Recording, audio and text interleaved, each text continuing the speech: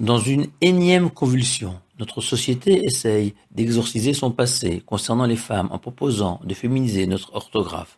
Dans ce contexte, notre paracha de Chaye Sarah nous offre un aperçu de la dimension d'une grande femme juive, notre matriarche Sarah.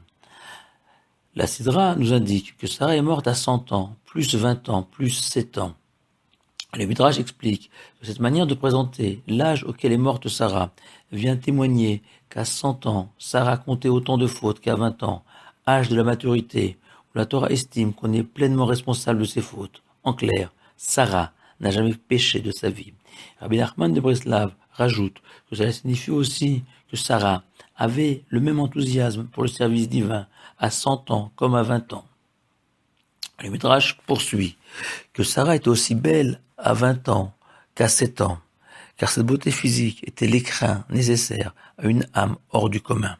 Rabbi Nachman rajoute que cela vient souligner aussi l'innocence de Sarah, capable de servir Dieu à 20 ans, âge où on se pose toutes les questions, qu'à 7 ans, où l'enfant agit sans aucune arrière-pensée, avec comme seule ambition de plaire à ses parents.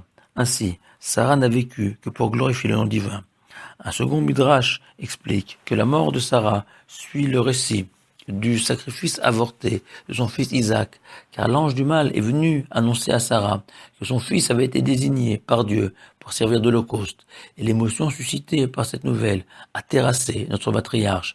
Le rabbi de Koznitz explique qu'il ne faut pas comprendre littéralement cet enseignement, car le roi David souligne que l'Éternel veille à ce que les justes quittent ce monde au moment prévu dès leur naissance. Non, Sarah a souffert de ne pas avoir été invitée à accompagner son mari et son fils dans cette épreuve ultime.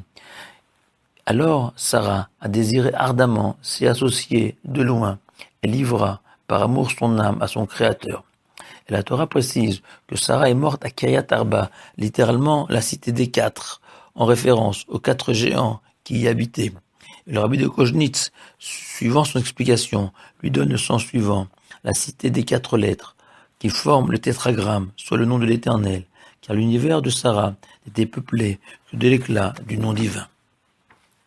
Selon le Midrash, l'éloge funèbre de Sarah par Abraham, évoqué par la Torah, est en fait le fameux Eshet Chayil, le chant de l'épouse vertueuse, dont toutes les maisons juives nous chantons en accueillant le Shabbat, car seule la magie du Shabbat et ses lumières peut être comparée à la grandeur des femmes juives.